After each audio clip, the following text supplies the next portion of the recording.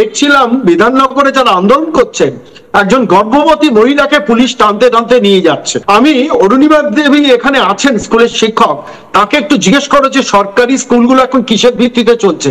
নয় contractual teacher, নয় para teacher. এই প্যারা টিচারকে 10,000 কিংবা 12,000 টাকা দিচ্ছেন, অন্য রাজ্যের তারা 40,000 45,000 টাকা মাইনে পান। আর কন্ট্রাকচুয়াল টিচার 2,000 টাকায় কন্ট্রাকচুয়াল টিচার দিয়ে স্কুল চালাচ্ছে। আমি গতকালই বলেছিলাম যে বনগাঁতে 22টা জুনিয়র হাই স্কুলের মধ্যে 12টা স্কুলে মমতা বন্দ্যোপাধ্যায় গত 12 বছরে গুটিয়েছেন, শিক্ষক নেই, স্কুলগুলো অফিসিয়ালি চালু আছে। আমি তোমাকে কয়েকটা কথা বলি। সরকারের স্ট্র্যাটেজি হচ্ছে সরকারি স্কুলগুলো গুটিয়ে দাও, প্রাইভেট স্কুলগুলো বৃদ্ধি হোক, সেখানে একটু ব্যবসা প্রতিপত্তি হোক।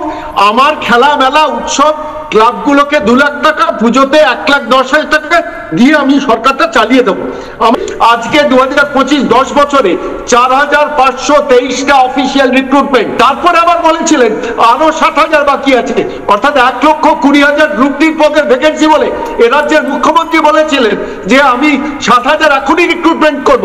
4,523 রিক্রুটেড হয়েছে, তারপরেও আবার সেখানে জালিয়াতি করে জল মিশিয়েছে। দয়া করে আমি বলবো চাকরি আন্দোলনরত শিক্ষকদের, দয়া করে এই প্রতারক মহিলাকে বিশ্বাস করবেন না। তিনি একজন প্রতারক, নবান্নের 14 তলায় বসে আছেন, ভোট চুরি করে বসে আছেন।